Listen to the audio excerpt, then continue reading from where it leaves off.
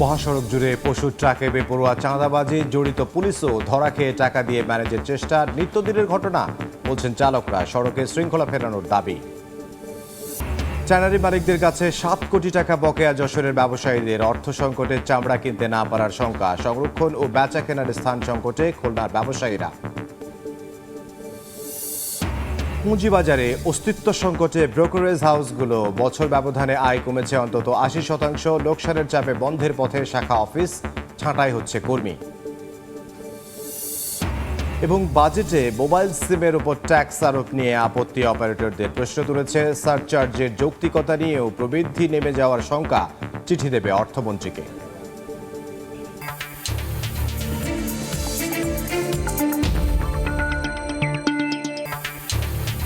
দেখছিলেন শিরোনাম। আমন্ত্রণ জানাচ্ছি দেশ ও দেশের বাইরের অর্থ বাণিজ্যের নানা খবর নিয়ে আমাদের নিয়মিত আয়োজন এসবের বাণিজ্যে। আপনাদের সঙ্গে আছে আমি ইমদাদুল হক। কোরবানির ঈদ এলেই দেশের বিভিন্ন গন্তব্যে ছুটে চলে পশুবাহী ট্রাক। এ সময় পথে পথে ট্রাকের গতিরোধ করে চলে চাঁদাবাজি। সময় সংবাদের অনুসন্ধানে ধরা পড়েছে এমন চিত্র। এ সময় টাকা দিয়ে চলে ম্যানেজের চেষ্টাও। চাঁদাবাজি নিয়ন্ত্রণে সড়কে শৃঙ্খলা ফেরানোর দাবি ব্যবসায়ীদের। মিজানুর রহমানের ছবিতে বিস্তারিত জানাচ্ছেন নিবিড় সাহা। সিটি হাট, রাজশাহী। ঈদকে কেন্দ্র করে উত্তরের অন্যতম এই হাটে ক্রেতা বিক্রেতাদের দৌড়ঝাঁপ। হাট শেষ হলেই গরুভর্তি ট্রাক ছুটতে শুরু করবে দেশের বিভিন্ন গন্তব্যে। গেল মহাসড়কে চাঁদাবাজির তথ্য। বিকেল গড়িয়ে সন্ধ্যা হতেই বিভিন্ন গন্তব্যে একের পর এক ট্রাক বেরিয়ে যেতে শুরু করলো হাট থেকে। অভিযোগের সত্যতা কি জানতে পরিচয় গোপন করে আমরা উঠব গরুর ট্রাকে, দেখব পথের বাস্তবতা কি। রাত 11:30। চট্টগ্রাম গ্রামে একটি ট্রাকে সময় সংবাদ, কিন্তু হাট থেকে বের হওয়ার পরই থমকে যায় গতি। দাবি করা হয় চাঁদা। কিসের চাঁদা জিজ্ঞাসা করতেই করা হয় অকথ্য ভাষায় গালিগালাজ।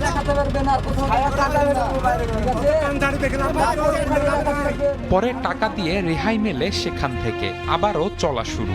বঙ্গবন্ধু সেতুর আগ পর্যন্ত কোথাও দিতে হয়নি চাঁদা। ট্রাকের চালক ও সহকারীর আশঙ্কা ফাঁস হয়ে গেছে সময় সংবাদের উপস্থিতির তথ্য। এরপর পরিকল্পনায় কিছুটা পরিবর্তন। গাড়িতে উঠে অনুসরণের চেষ্টা ট্রাকগুলোকে। রাজধানীর প্রবেশ মুখে উত্তরা এলাকায় আবারও গতিরোধ করা হয় একটি ট্রাকের। সময় সংবাদের উপস্থিতি টের পেয়ে চলে যেতে বলা হয় আমাদের। পূর্বাঞ্চলের 300 ফুট এলাকায় আরেকটি পশুবাহী ট্রাক অনুসরণ করে সময় সংবাদ। পরে পথে রূপগঞ্জ থানা পুলিশের একটি চেকপোস্টে থামানো হয় সেটিকে। কিছুক্ষণ পর ছেড়ে দেয়া হয় টাকা নিয়ে। কিসের টাকা নিলেন এমন প্রশ্ন করতেই শুরু হয় দৌড়ঝাঁপ। ছবি নিতে বাধা দেয়া হয় চিত্র সাংবাদিককেও। পরে আমাদের টাকার বিনিময়ে বিষয়টি ধামাচাপা দেওয়ার চেষ্টাও করেন তারা।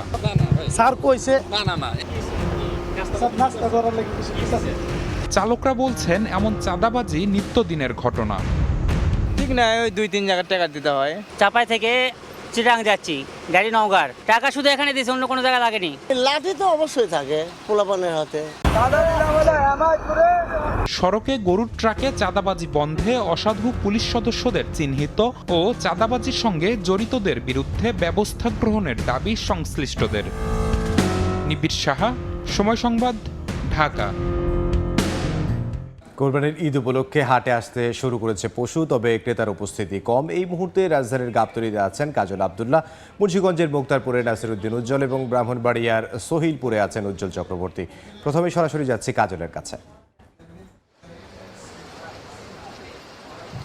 ঈদুল আজহার কিন্তু মাঝে আর 3 দিন বাকি রয়েছে। এই 3 দিনই কিন্তু কোরবানির যে পশু, সেই পশু কিন্তু সমারোহ রাজধানীর বিভিন্ন হাটে কিন্তু শুরু হয়ে গেছে। ইতিমধ্যেই আমরা গাবতলীতে আছি। গাবতলী যে পশুর হাট, সেই পশুর হাটে যদি একটু বলি, মূলত ঈদুল আজহা কিন্তু যে পার্থিব এবং জাগতিক যে বিভিন্ন মোহ, এই মোহকে বিলীন করে স্রষ্টার উদ্দেশ্যে, স্রষ্টাকে সন্তুষ্ট করার জন্যই কিন্তু কোরবানির পশুর মাধ্যমে যে ত্যাগের যে ইতিহাস, ঐতিহ্য, সেই ইতিহাসকে কেন্দ্র করেই কিন্তু ঈদুল আজহা মূলত খুশির যে দিন সে দিনকে মূলত বলা চলে যে কোরবানির মধ্য দিয়ে সেই খুশিকে আরও সমৃদ্ধ করা হয়।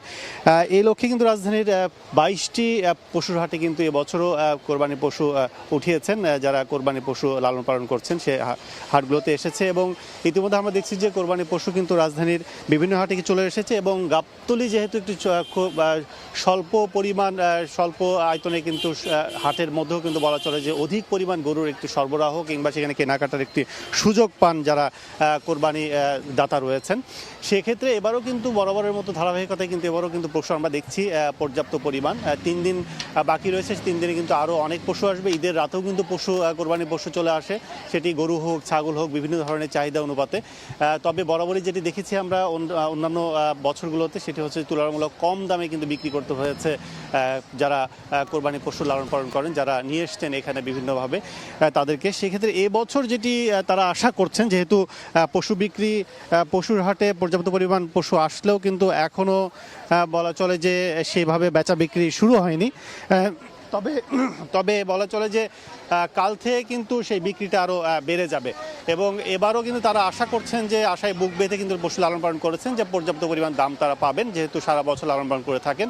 সেই প্রত্যাশায় কিন্তু হাটে কিন্তু গরু আসছে এবং বিক্রিও করবেন তারা, এই লক্ষ্য রয়েছে। তো আমার কাছে গাবতলী পশু হাট থেকে ছিল সর্বশেষ, চলে যাচ্ছি মুন্সিগঞ্জে, সেখানে আছে সহকর্মী নাসির উদ্দিন উজ্জ্বল।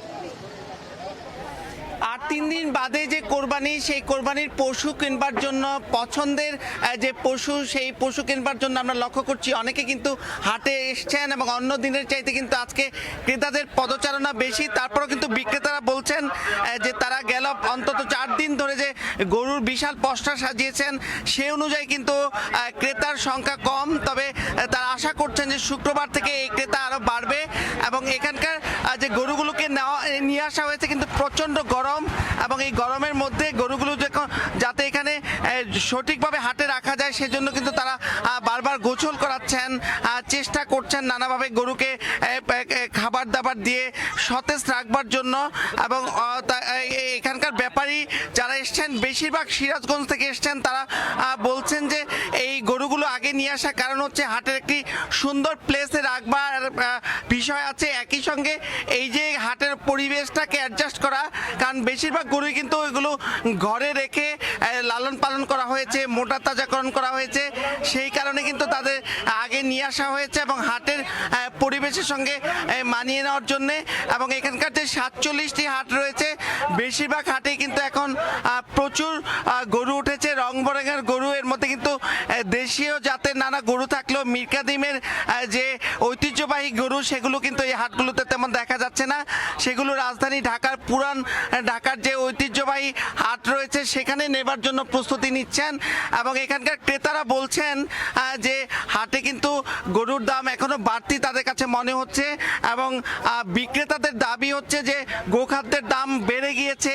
একই সঙ্গে যে যাতায়াত ভাড়া বিভিন্ন অঞ্চল থেকে গরু যেখানে নিয়ে আসা হয়েছে ট্রলারে করে, নৌপথে এবং ট্রাকে করে সড়ক পথে, সেখানেও কিন্তু তাদের বাড়তি খরচ গুনতে হয়েছে।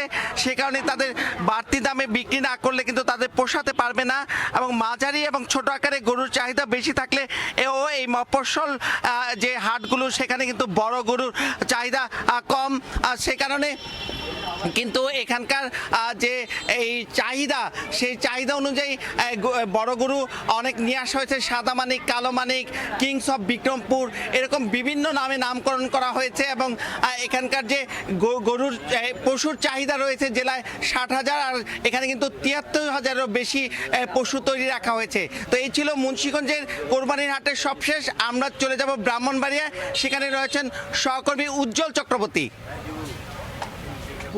গরু বাজারে আপনাকে জানিয়ে রাখি ঈদুল আজহার আর মাত্র কয়েকদিন বাকি। ঈদুল আজহাকে কেন্দ্র করে ইতিমধ্যে কিন্তু ব্রাহ্মণবাড়িয়ার অন্তত 150 শতাধিক হাট কিন্তু স্থায়ী অস্থায়ী মিলিয়ে হাট কিন্তু জমজমাট হয়ে উঠেছে। আমি এই মুহূর্তে আছি ব্রাহ্মণবাড়িয়া সদর উপজেলার সোহেলপুর কোরবানির হাটে। আপনাকে জানিয়ে রাখি এটি সাপ্তাহিক পশুটা হাট হলে কিন্তু এটি এখন সপ্তাহে 2 দিন শুরু হয়েছে, আগে ছিল 1 দিন, অর্থাৎ শনিবারও এই হাটটি চলমান থাকবে, ঈদের আগ পর্যন্ত চলমান থাকবে। আপনাকে জানিয়ে রাখি এছাড়া কিন্তু ব্রাহ্মণবাড়িয়ার শহরে সবচেয়ে যে বড় কোরবানির হাট সেটি হচ্ছে ব্রাহ্মণবাড়িয়া পৌরসভা পৌরসভার হাট সেটি কিন্তু আজকের থেকে শুরু হয়েছে এবং ঈদের আগ রাত পর্যন্ত কিন্তু সেটি চলবে। এই হাটকে কেন্দ্র করে ইতিমধ্যে কিন্তু খামারিরা বিভিন্ন স্থান থেকে কিন্তু তাদের যে পশুগুলো তারা কিন্তু হাটে নিয়ে আসতে শুরু করেছে। বিভিন্ন পিকআপে করে বিভিন্ন যানবাহনে করে তারা কিন্তু এই কোরবানি হাটে নিয়ে আসতেছে। বড় বড় মহিষ কিন্তু আমরা দেখতে পাচ্ছি এই হাটগুলোতে ইতিমধ্যে কিন্তু স্থান পেয়েছে এবং তারা খামারিরা কিন্তু তাদের যে পছন্দের যে খামারের থেকে কিন্তু তাদের কোরবানির পশুগুলো তারা নিয়ে আসছেন এবং ক্রেতা বিক্রেতারা কিন্তু এখানে সরগরম হয়ে উঠেছে হাটটি।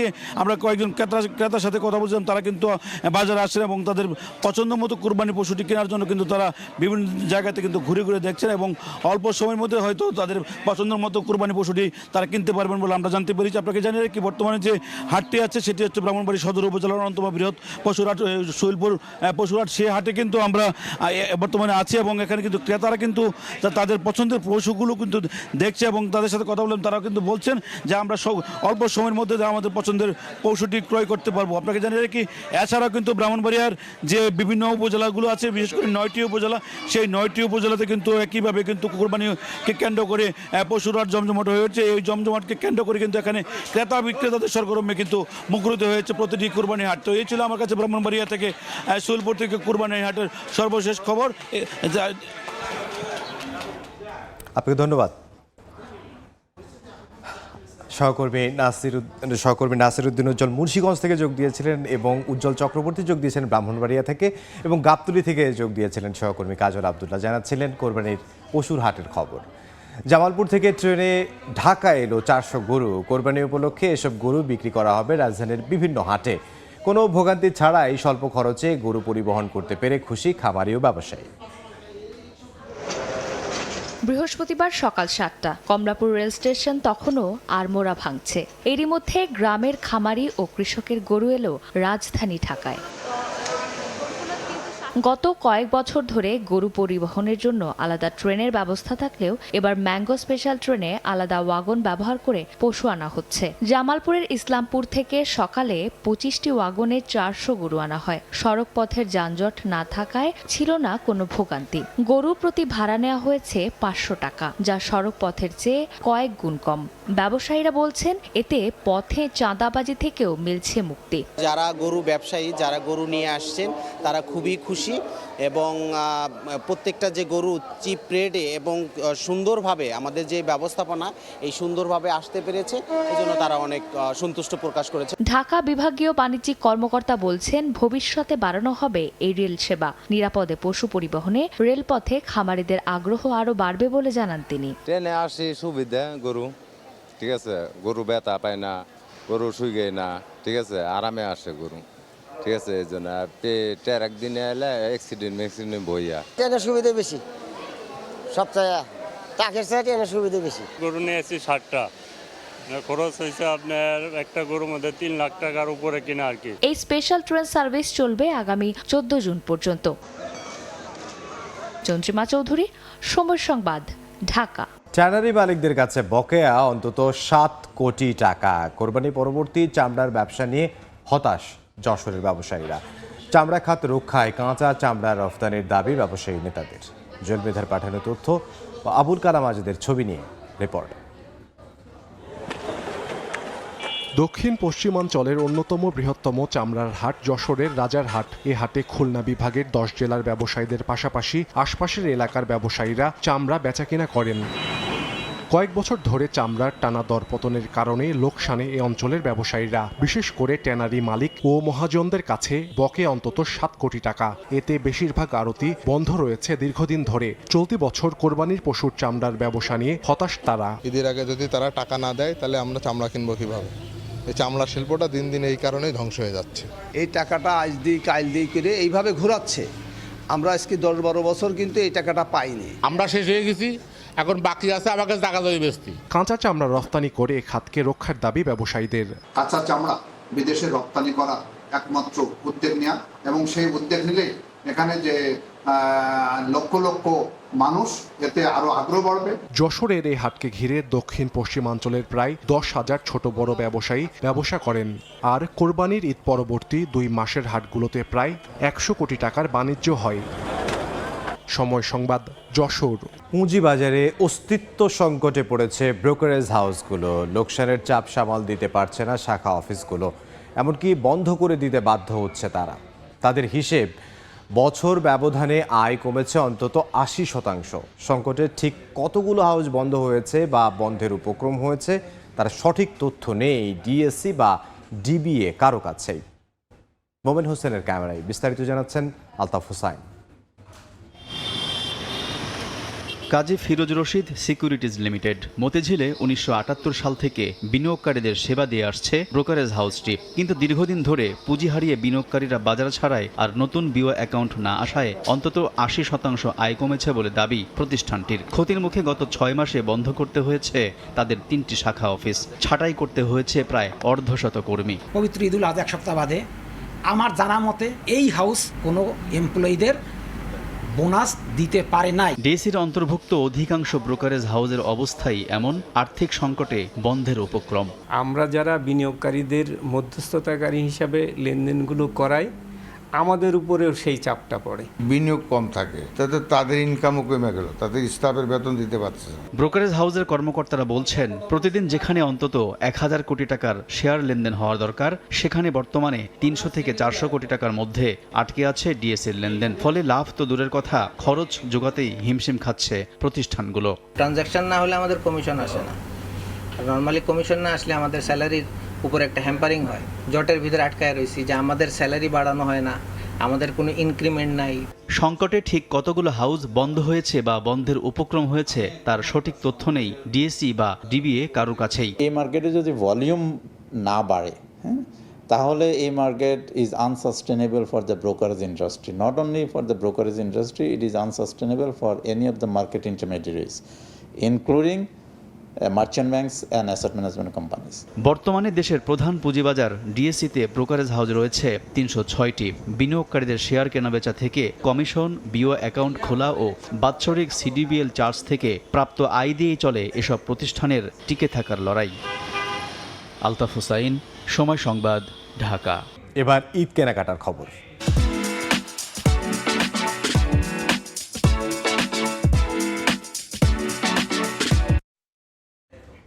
ঈদ সহ যে কোনো সময়ে বৈধ উপায়ে দেশে রেমিটেন্স পাঠাতে প্রবাসীদের ভরসা বাড়ছে মোবাইল ব্যাংকিংয়ের উপর, কারণ এতে ভোগান্তি ছাড়া দ্রুত টাকা পেয়ে যান স্বজনরা।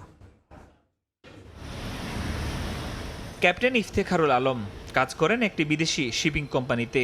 ঈদসহ যে কোনো সময় দেশে টাকা পাঠাতে এই নাবিক ভরসা রাখে মোবাইলে আর্থিক সেবাদানকারী প্রতিষ্ঠানের উপর। বিভিন্ন দেশ থেকে আসলে টাকা পাঠানো স্পেশালি আমাদের জন্য এটা খুব অসুবিধা, কিন্তু বিকাশ মোবাইল ব্যাংকিং হওয়াতে যে কোনো দেশ মান্থলি বেসিসে বা আমার ফ্যামিলির যে রিকোয়ারমেন্ট সেই অনুযায়ী আমি টাকাটা আমার ফ্যামিলিকে পাঠাতে পারি। তার মতো অনেকে দেশে অর্থ পাঠাতে হাঁটেন একই পথে। প্রবাসীদের স্বজনরা বলছেন, দ্রুত অর্থপ্রাপ্তি সহজ করে তুলেছে তাদের জীবনকে। আমার ভাই বিদেশে আছে, উনিও টাকা বিকাশে পাঠায়, কিংবা মাসে যে খরচটা সেটাও কিন্তু বিকাশে পেমেন্ট করে। বিকাশে ওখান থেকে দিলে খুব সহজে সঙ্গে সঙ্গে টাকাটা পায়। সরকারিভাবে যে একটা রেমিটেন্স কমিশন, এটাও আমরা ওদের অংশীদার হিসেবে ভাগিদার হয়ে থাকি আর কি। মোবাইল ব্যাংকিংয়ে ৬৫টি দেশের প্রবাসীরা অনুমোদিত ও তালিকাভুক্ত বিদেশি ব্যাংক, অর্থ স্থানান্তর সংস্থা এমটিও এবং মানি এক্সচেঞ্জ হাউসগুলোর মাধ্যমে অর্থ পাঠাতে পারছেন। ৭ টাকা চার্জে ব্র্যাক, সিটি ব্যাংক এবং কিউক্যাশ এটিএম বুথ থেকে তা উঠাতে পারেন গ্রহীতারা। মোবাইলে আর্থিক সেবাদান জনপ্রিয়তা পাওয়ায় রেমিটেন্স প্রবাহ বাড়ছে বলেও মনে করেন সংশ্লিষ্টরা। ফরহাদুর রহমান, সময় সংবাদ, ঢাকা। ন্যানো টেকনোলজি নিয়ে গবেষণার পরিসর বাড়াতে ১০০ কোটি টাকা ব্যয়ে বুয়েটে ন্যানো ল্যাব স্থাপনের উদ্যোগ নিয়েছে সরকার। ডাক, টেলিযোগাযোগ ও তথ্য প্রযুক্তি প্রতিমন্ত্রী জানিয়েছেন, প্রকল্প বাস্তবায়নে এরই মধ্যে দরপত্র আহ্বান করা হয়েছে। শিগগিরই শুরু হবে কাজ। সকালে বুয়েটে রোবোটিক্স ল্যাবের উদ্বোধনী অনুষ্ঠানে কথা বলেন তিনি।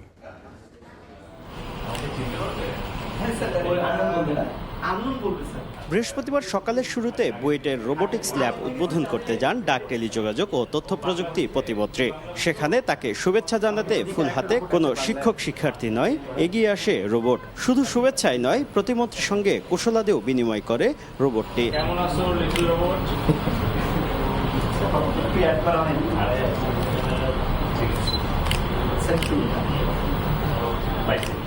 রেস্টুরেন্টের ওয়েটার থেকে শুরু করে শিল্প উৎপাদন সব ক্ষেত্রেই বাড়ছে রোবটের ব্যবহার। পিছিয়ে থাকতে চায় না বাংলাদেশও। রোবোটিক্সের পাশাপাশি ন্যানো টেকনোলজিতে বিশেষ গুরুত্ব দিচ্ছে সরকার। তারই অংশ হিসেবে বুয়েটে ন্যানো ল্যাব স্থাপনের ঘোষণা দিলেন জুনায়েদ আহমেদ পলক। আমরা আরো সফিস্টিকেটেড ফিউচারিস্টিক আমরা প্রযুক্তিতে বুয়েটকে আরো দক্ষ যোগ্য করে গড়ে তোলার জন্য মাননীয় প্রধানমন্ত্রীর কাছ থেকে অনুমতি পেয়েছি, যেটা MIT-তে দেখে এসেছিলাম।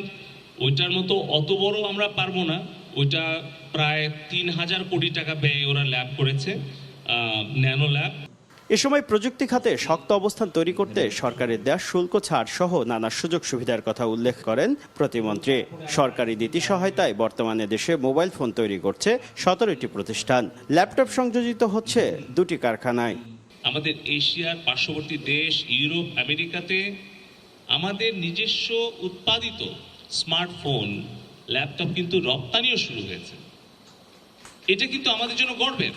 বর্তমানে অভ্যন্তরীণ চাহিদার প্রায় 95% ফ্রিজ দেশেই তৈরি হচ্ছে বলেও জানান ডাক, টেলিযোগাযোগ ও তথ্য প্রযুক্তি প্রতিমন্ত্রী।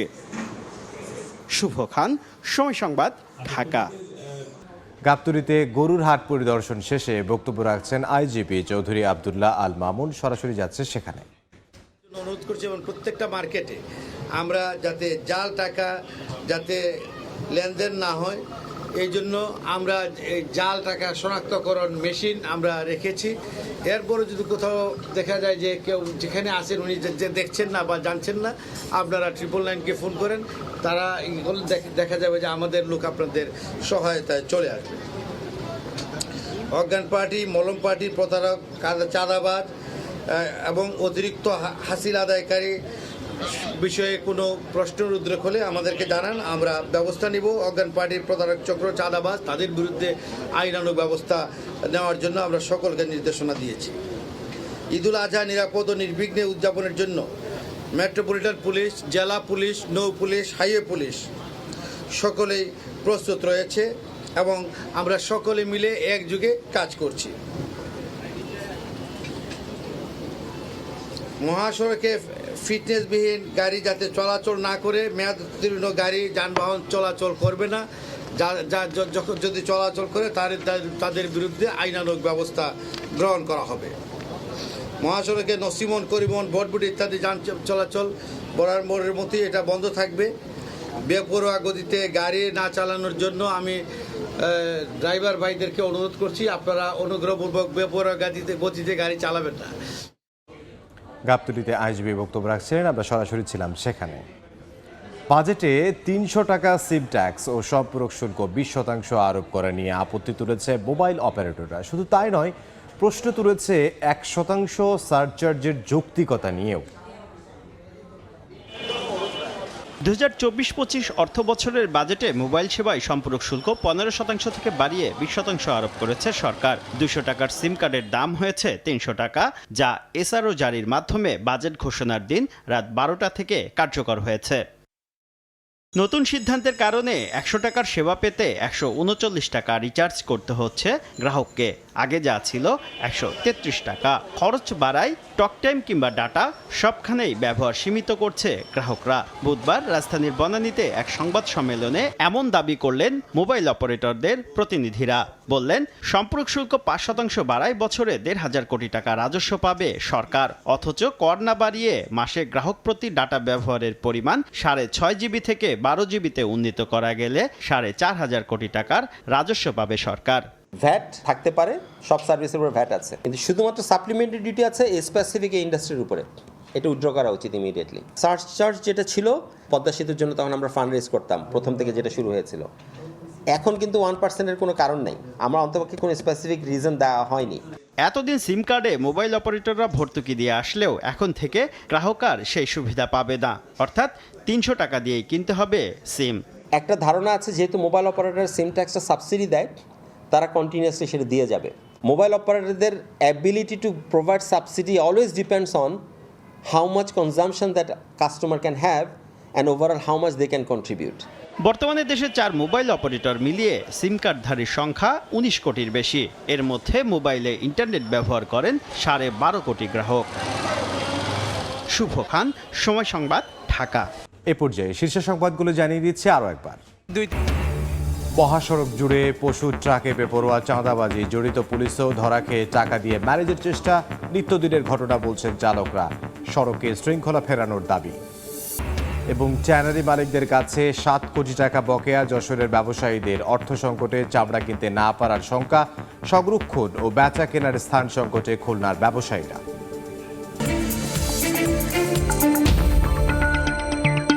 এই ছিল এই সময়ের বাণিজ্যে। সময় সংবাদ নিয়ে ফিরছি কিছুক্ষণ পর, সঙ্গে থাকুন সময়।